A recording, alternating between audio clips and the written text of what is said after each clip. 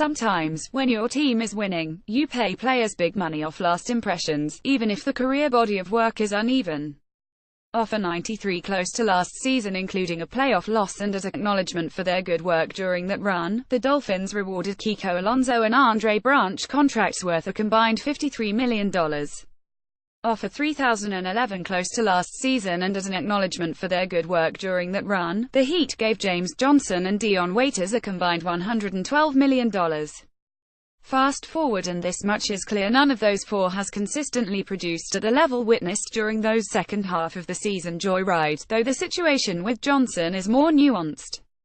We don't include Dolphins Kenny Stills and Reshad Jones, both given lucrative new contracts last March, because their strong, career bodies of work made those deals no-brainers.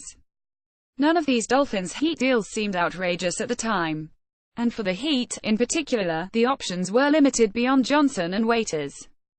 After Gordon Hayward chose Boston over the Heat on July 4, these were the remaining top free agent options: Patrick Patterson, Ehsan Ilyasova, Marouane Spates, Zaza Pachulia, Rudy Gay, Tyreek Evans, Aaron Aflalo, Nick Young, Derrick Rose, Jeff Green, Tony Allen, Thabo Sefolosha and Omri Caspi. Of that group, none of the power rotation players necessarily has been better than Johnson this season, and of the wings, only Gay and Evans have been better than Waiters.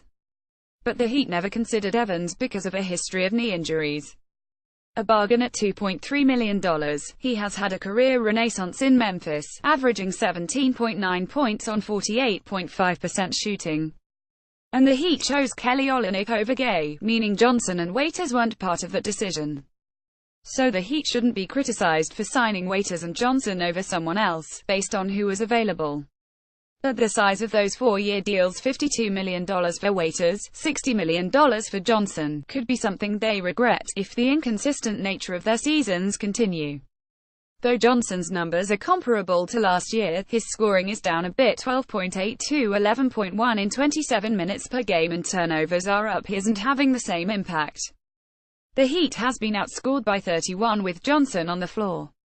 Last season, Miami outscored teams by 139 with Johnson on the court, 68th best in the league. In Johnson's defense, part of his poor plus-minus is the byproduct of Tyler Doson's struggles. With the size of James Johnson's contract, the expectation was high-impact games on most nights and a player who would thrive as a starter.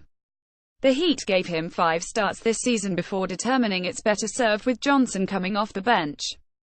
Waiters, during 25 magical games from mid-January on, averaged 18.4 points, 4.8 assists and shot 49.3%, and the Heat gave him a big deal with the thought that he could duplicate that. He hasn't. His career-low 39% accuracy from the field is 28th among 30 starting shooting guards, ahead of only Dallas' Wes Matthews and Chicago's Justin Holiday. His 31.1% three shooting, down from 39.5 last season, is next to last among shooting guards, ahead of only the Nets' Caris LeVert. His turnovers are up to a career-high 2.7 per game, and his assist average down 4.3 to 3.7. The Heat has been outscored by 65 points with Waiters on the court. He was a plus 84 last season. And this is what's most puzzling: he's shooting an excellent 60.7%, 17 for 28 in the clutch, defined by the NBA as the final 5 minutes of games with a margin of 5 points or fewer, compared with 36.9% the rest of the time. He's shooting 58.3% on clutch threes, 7 for 12, 28.4% on all other threes, 35 for 123. He has to be more efficient, Coach Eric Spoelstra said Tuesday. He knows that. He has the ball in his hands quite a bit. There has to be more commitment to get to him open and get him into the paint, and he has to be more committed to making the right plays and not just settling for low-percentage pull-ups, particularly when they're contested and particularly when there's more time on the clock to explore more options of our offense. On the Dolphins' signings, Alonso's regression has been mystifying because he says he's healthy and he was very good last season. According to Pro Football Focus, he ranks 75th of 87 linebackers and entered December allowing more passing yards and coverage than any other linebacker in the league. Needing to cover 4 out-of-position teammates has been one factor hampering him. The Dolphins could have kept Alonso on a 1-year deal as a restricted free agent this season, then made a decision on him next spring.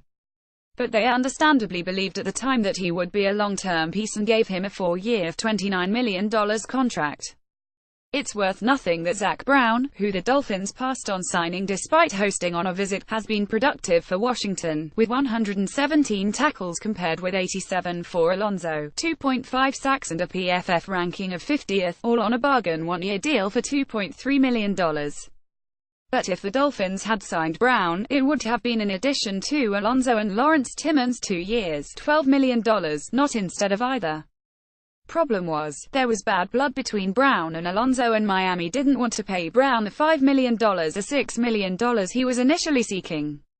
Branch hasn't made the same impact as he provided during that impressive run last season, and he's had much fewer tackles, 20 compared with 49 last season, and fewer sacks, 4 compared with 6. He's 107th among defensive linemen in tackles and tied with 14 others for 59th in sacks. We haven't played with energy, and I am a part of it because people look at me as an energy guy, and I didn't do it against Carolina, Branch said last month. I have to turn it back up. What about the low tackle number? I don't look at tackles. I look at did I do my job the best way I could. I see some players who rush passer even on the run down. I don't do that because we could get gashed. We're here to stop the run and get the quarterback down. If the Dolphins could do this over last March, the better move, in hindsight, would have been signing one of 2 defensive ends with South Florida roots, ex-Gain Calais Campbell, who has rewarded Jacksonville for its 4-year, $60 million deal with a monster year, 12.5 sacks, 3 forced fumbles. Ajab al-Mashid, who visited the Dolphins in March, one day after Branch signed but left without a contract, signed with the Colts and has played very well, 39 tackles, 4.5 sacks, and is rated 10th among 115 defensive ends by PFF compared with 87th for Branch. Keep this in mind, Branch and Alonso have higher cap hits for 2018 if they're cut than if they're on the team, so the Dolphins must hope both get back to 2016 levels. And for the Heat, Miami must hope for January through April 2017 versions of Johnson await us, because neither of their contracts, even in this era of inflated salaries, would have teams eager to trade for those deals. All 4 were rewarded for splendid play during winning. Whether all 4 will validate those deals remains very much in question. Here's my 6-pack of Dolphins notes from Tuesday, including interesting Kenyon Drake J.A.J.E. comparisons, and Eli Manning Dolphins report and more. Here's my on-post from Tuesday, including news on a QB is pursuing and Canes reaching out to the NFL Draft Advisory Board. Twitter @FlashSportsBuzz.